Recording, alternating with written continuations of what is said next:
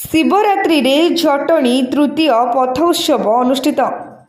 जटणी सहर स्थित हरिभाईना छकरू महुलगुड़िया छक राजपथ रे तृतीय पथ उत्सव पालित हो जाइछि।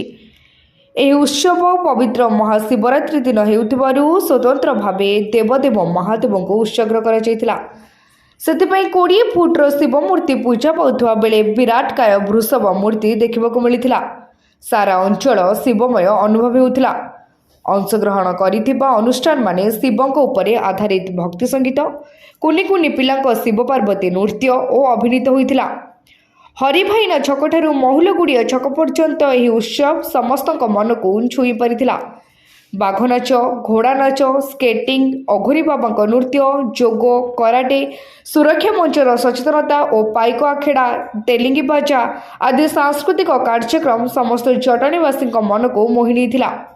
ଏହି ପଥ ଉତ୍ସବ ଜଟଣୀ ବିକାଶ ପରିଷଦ ତତ୍ତ୍ୱାବଧାନରେ କରାଯାଇଥିବା ବେଳେ ପଥ ଉତ୍ସବ କମିଟିର ଅଧ୍ୟକ୍ଷ ତଥା ଖୋର୍ଦ୍ଧା ଜିଲ୍ଲା ବିଜେପି ସଭାପତି ବିଶ୍ୱରଞ୍ଜନ ବଡ଼ଚେନାଙ୍କ ସଭାପତିତ୍ୱରେ ଉତ୍ସବର ଶୁଭ ଉଦ୍ଘାଟନ କରାଯାଇଥିଲା।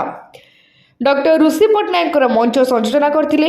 ମୁଖ୍ୟ ଅତିଥି ଭାବେ କଂଗ୍ରେସ ନେତା ଡକ୍ଟର ସନ୍ତୋଷ କୁମାର ଜେନା ଯୋଗ ଦେଇଥିବା ବେଳେ ସମ୍ମାନନୀୟ ଅତିଥି ଭାବେ ଡକ୍ଟର ଉମାକାନ୍ତ ପଟ୍ଟନାୟକ, पौर उपाध्यक्ष आरती राउत, सुदीप्त राय, विकास परिषद सभापति सर्वेश्वर सुंदर राय, कार्यकारी सभापति कैलाश महापात्र, संपादक विजय कुमार छोटराय, थाना अधिकारी स्टालिन विश्वाल, अग्निशम अधिकारी लक्ष्मण बेहरा, सांसद को प्रतिनिधि सतीश शर्मा और मनोज नंद, डॉक्टर उमाकांत पट्टनायक, लिटुरंजन राउतराय प्रमुख मंचासन थे।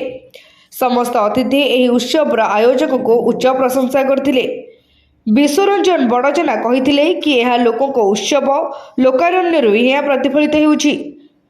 जटणीरू लीलांबर मिश्रଙ୍କ रिपोर्ट, तीर्थक्षेत्र लाइव।